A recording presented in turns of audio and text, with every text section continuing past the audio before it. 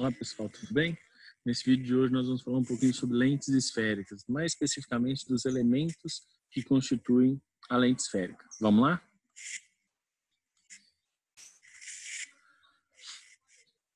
Então bora lá. O que é o primeiro? Vamos pensar, o que é uma lente, né? Lente é aquilo que eu ponho no meu óculos. Sim, lente é aquilo que a gente tem no óculos, né? Pessoas igual eu que precisam de correção de visão usam lentes. Beleza, mas e conceitualmente, o que é essa lente? A gente considera uma lente um sistema óptico constituído de três meios, homogêneos e transparentes, separados por duas superfícies esféricas ou por uma superfície esférica e outra plana. Thiago, não entendi nada. Dá uma olhada para mim aqui no meu óculos, ó. Eu considero aqui uma lente, certo? Por que é uma lente? Ela tem uma separação de três meios. O meio aqui de fora da lente, que é o ar, o meio interno dela, que é o acrílico, o vidro, e o meio de cá, atrás dela, que também é o ar. Então, um sistema óptico constitui de três meios, onde a luz vai do meio 1 para o meio interior da lente, que é o meio 2, e do meio 2 para o meio 3 de volta, que é o ar, certo? Isso é uma lente esférica. Tranquilo, não é? Agora, o meio que está intermediário aí, tem meio 1, meio 2, meio 3, meio 2, que é o meio do meio, ele é chamado o meio da lente, é o meio de que a lente é fabricada, o material de que a lente é fabricada. Aqui no cantinho eu tenho exemplo de duas lentes, uma lente de borda fina e uma lente de borda grossa. Essa lente pode ser feita de acrílico ou de vidro. Lente de borda fina, ela tem o meio um pouco mais levemente, vamos dizer assim, mais espesso do que as bordas. Já a lente de borda grossa tem um meio levemente mais fino que os extremos. Essa é uma das primeiras classificações dos tipos de lentes, certo? Que é a lente de bordas finas e bordas grossas.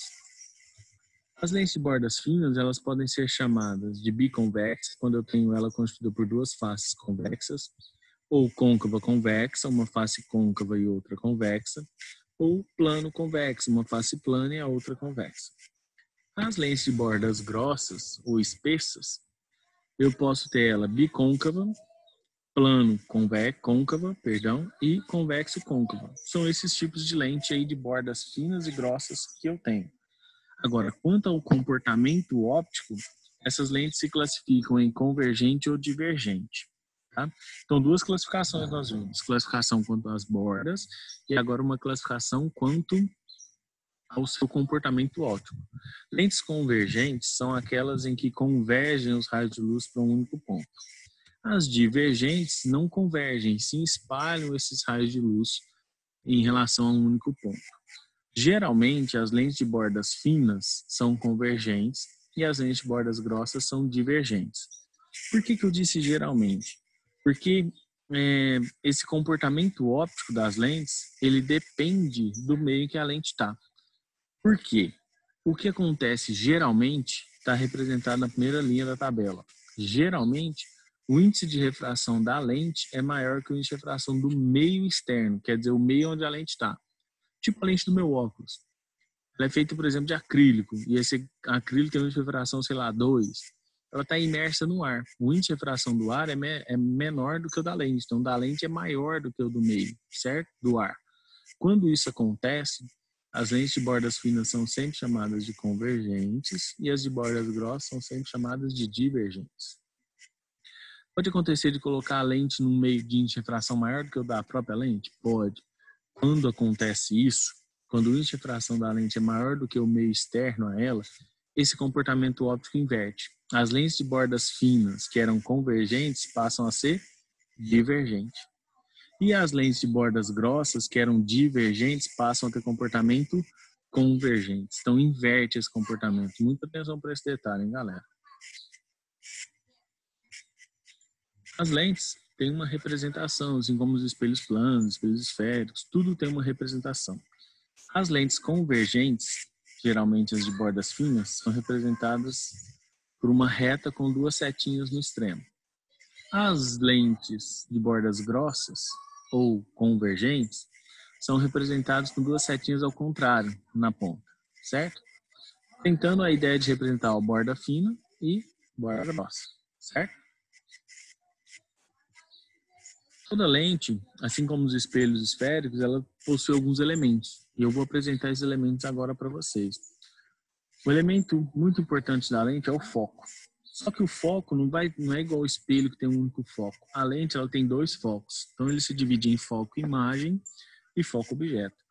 O foco imagem é o ponto lá do eixo principal da lente aonde os raios de luz convergem para ele ou divergem, certo?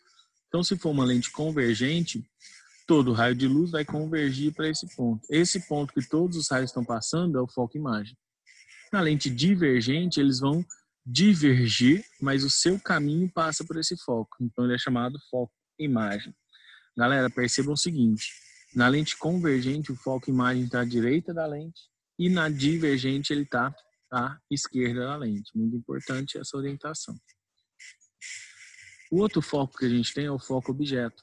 O foco objeto, ele coincide com o vértice do pincel cônico divergente da lente convergente. Não entendi. Dá uma olhada nas imagens. O foco objeto, eu considero todo raio que passa por ele, olha, ele vai bater na lente e vai refratar paralelamente ao eixo principal. Então diz, né, que o foco objeto é o ponto por onde todo raio incide, passando por ele, vai refletir de forma paralela ao eixo principal. Esse é o foco objeto. Então, se eu pensasse um pincel cônico de luz, um cone de luz, é o ponto aonde todos os raios estão ali concentrados, certo? Imagine o formato de um conezinho, é o ponto onde está concentrado todos esses raios. É o foco objeto.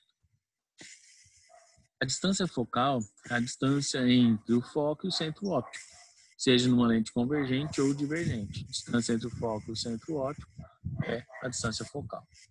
E o ponto antiprincipal? O ponto antiprincipal ele é o dobro da distância do foco. Então, a distância focal é do centro óptico até o foco.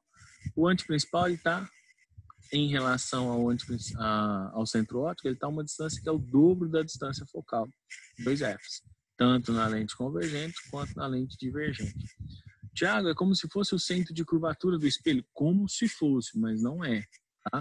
Porque o centro de curvatura ele também está a uma distância do centro lá, né, do vértice do espelho de 2F, aqui também, né? Então, é análogo, é semelhante, mas não é a mesma coisa.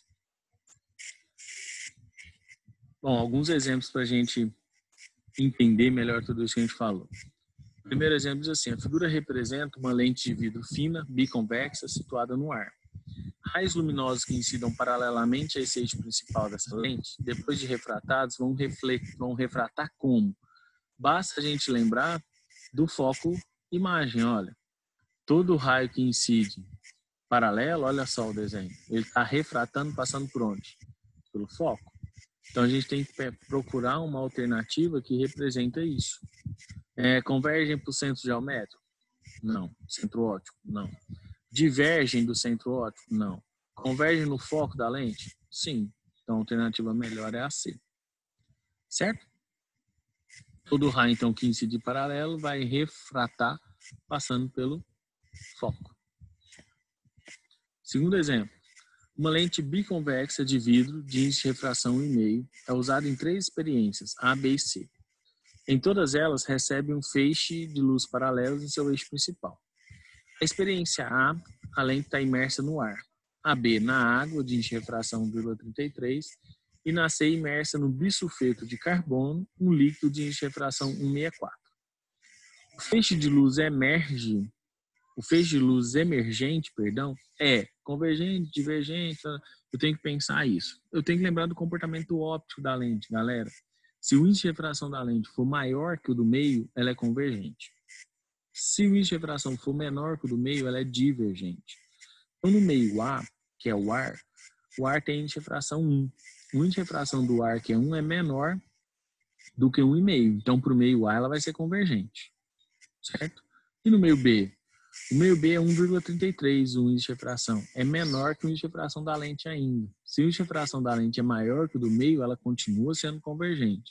Então, meio A e B, convergente. E meio C?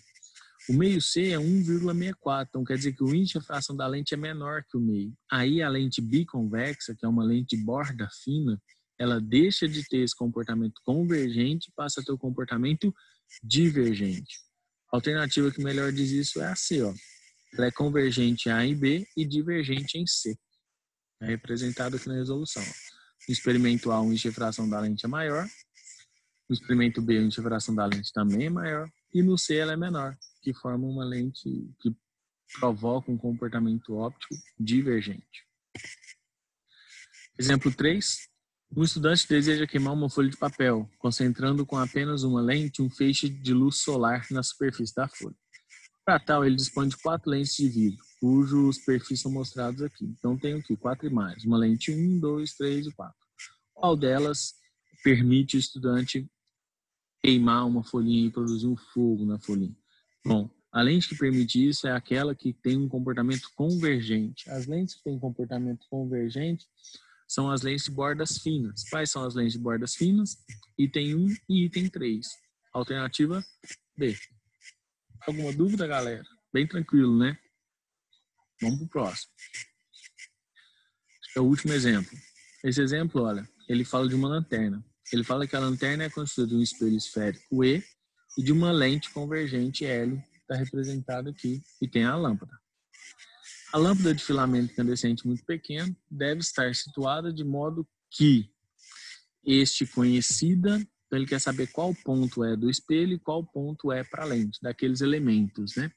Lembrando os elementos do espelho: vértice, foco e o centro do espelho. Para a lente, anteprincipal, foco, anteprincipal objeto, foco imagem, anteprincipal imagem. Esses são os pontos. Observa como que o feixe de luz sai da lente, galera. Ele não sai paralelo? Para ele sair paralelo, basta lembrar do foco objeto.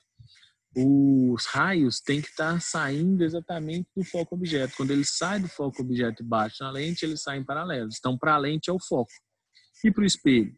Para o espelho tem que ser o centro de curvatura, porque ele vai bater no espelho e vai voltar sobre ele mesmo. Então, ficou letra B, a representação aí para vocês. Bom, galera, é isso que eu tinha pensado para vocês. Espero que vocês tenham entendido. Até a próxima. Um abraço.